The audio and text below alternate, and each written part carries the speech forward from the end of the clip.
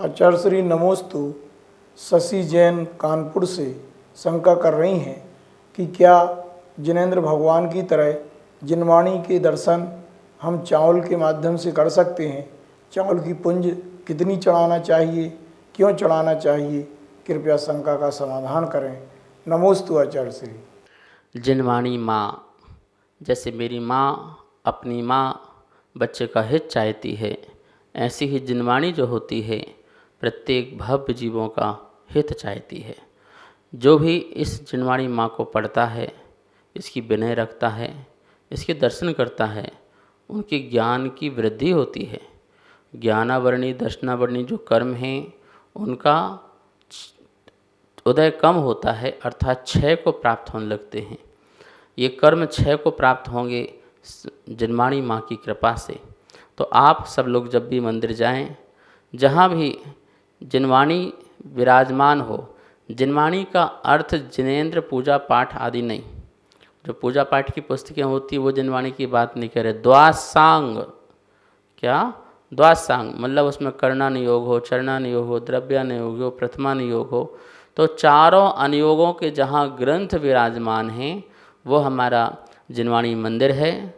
और उस जिनवाणी मंदिर में जाकर के आप सब लोगों को प्रथमानुयोग, कर्णानुयोग, चरणानुयोग, द्रव्यानुयोग, इस प्रकार से चारों अनुयोगों को नमस्कार करते हुए और अर्घ्य समर्पित करते हुए, नमन नमोस्तु करते हुए हमें विनय प्रार्थना आदि करना चाहिए।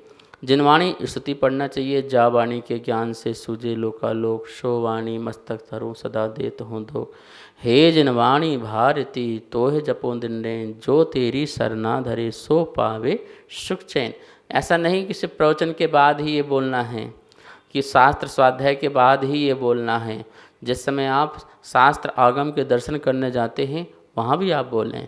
और ये भाव रखें कि ये शास्त्र नहीं है, साक्षात अरहंत की वाणी है। क्योंकि अरहंत और अरहंत की वाणी अलग नहीं है, ध्यान रखना।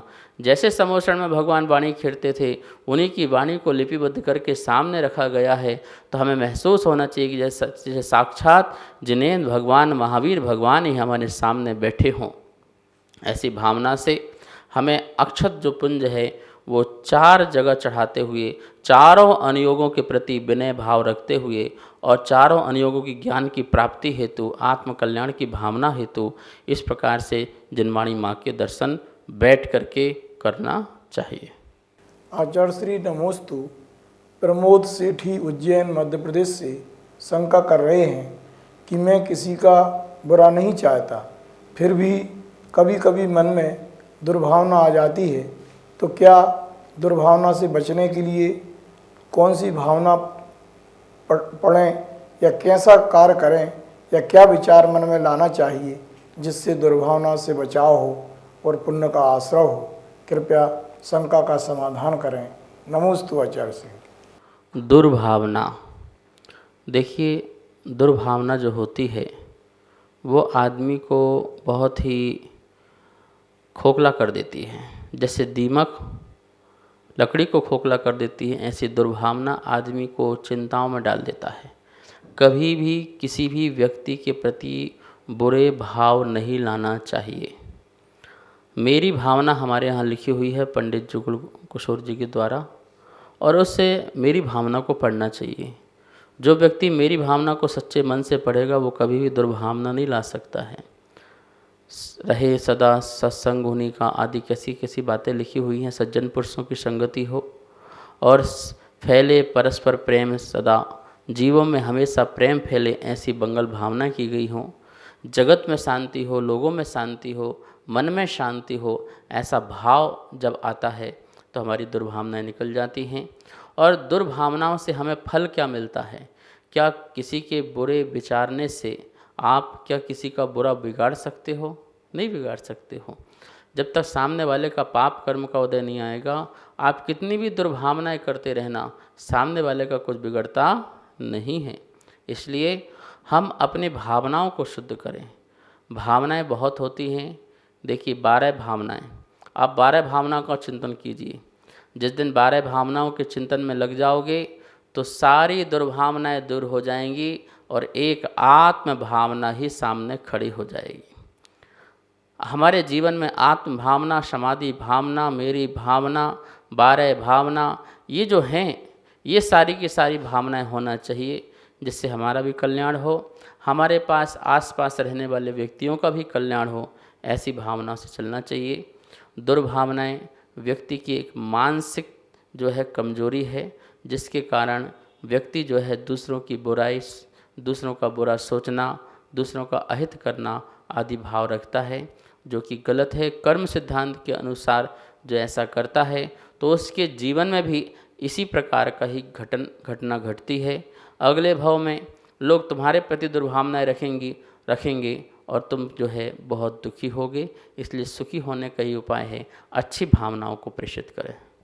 आचार्य श्री नमोस्तु लीलावती अहमदाबाद से शंका कर रही हैं कि जो एक इंद्रिय आदि जीव कर्म का उदय होता है तो वो क्या अपने अपने कुछ नाम कर्म के उदय से ऐसा पर्याय मिलती है या ये सब अपने आप मिलती है?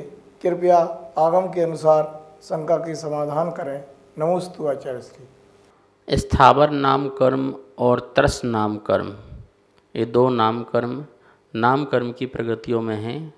जब जीव के स्थावर नाम कर्म का उदय होता है तो उसे स्थावर पर्याय, और त्रस नाम कर्म का उदय होता है तो त्रस पर्याय की प्राप्ति होती है। ये तो कर्म की व्यवस्था हो गई। कर्म कैसे बंधा? स्थावर का जीव में पैदा हूँ तो कर्म कैसे बंधा? देखिए, जो अपनी इंद्रियों का बिल्कुल दुरुपयोग करता है, ठीक है ना, अपनी इंद्रियों का दुरुपयोग करता है तो उसे अगले भाव में इंद्रियां ही नहीं मिलती हैं। स्पर्शन इंद्रिय मिल गई बस, बाकी शेष इंद्रिय उसे मिलती नहीं है, मन भी नहीं मिलता है, ठीक है ना। जो अत्यंत संक्लेश परिणाम रखता है, संक्लेश परिणामों में जीता है और विषयों की चाह में मरता है, मायाचारी रूप परिणाम करता है, ऐसा जो जीव है वह त्रियंज गति में एक इंद्रिय आदि पर्याय को धारण करता है। मरत विलाप, देखो देवलोग मरते समय विलाप करते हैं तो कहते हैं तहचय थावर तन धरे। वहाँ से वो कौन सा तन धरते हैं? थावर पर्याय में। इस थावर पर्याय में जाकर के देव, कहाँ देव पर्याय 5 इंद्रिय पर्याय में है, पर विलाप कर रहा है, रो रहा है, मैं मर जाऊंगा, मैं मरूंगा, क्या होगा। तो जीने की जो इच्छा रही है उसके अंदर, और भोग नहीं छोड़े जा रहे हैं, इतनी आसक्ति है भोगों के प्रति। ऐसा जीव अपनी इंद्रियों का दुरुपयोग करता हुआ बंद बांधता है और एक इंद्रिय आदि पर्यायों में पैदा होता है। उन्हीं परिणामों में अपन को देखना है कि कैसे परिणाम हैं, और जो ज़्यादा परिणाम जिसकी ओर सम्मुख हो जाते हैं उस तरह का वह बंद बन जाता है गति में। तो इस प्रकार के परिणाम अपने जीवन मत करें। कभी भी रुदन के परिणाम, परिवेदन के परिणाम, दुख रूप परिणाम, शोक रूप परिणाम, भय रूप परिणाम न करें, नहीं तो ऐसी ही पर्याय प्राप्त होती है 2 इंद्रिय 3 इंद्रिय आदि, जहाँ पर मन नहीं होता है, जहाँ इंद्रियों की कमी होती है और जीव अपना कल्याण भी नहीं कर सकता है। तो यदि आप 5 इंद्रिय मिले हैं, मनुष्य बने हैं, देव बने हैं, सब कुछ हैं, और इसका भी सदुपयोग नहीं करते हैं तो फिर क्या होगा? जो व्यक्ति खूब निंदा करता है तो वो वनस्पति या 2 इंद्रिय आदि, वनस्पति आदि बन जाता है, एक इंद्रिय में पैदा हो जाता है, गूंगा हो जाता है। और जो व्यक्ति अच्छे समय में भी बोलता नहीं है वो 2 इंद्रिय 3 इंद्रिय आदि में जाकर के पैदा हो जाता है।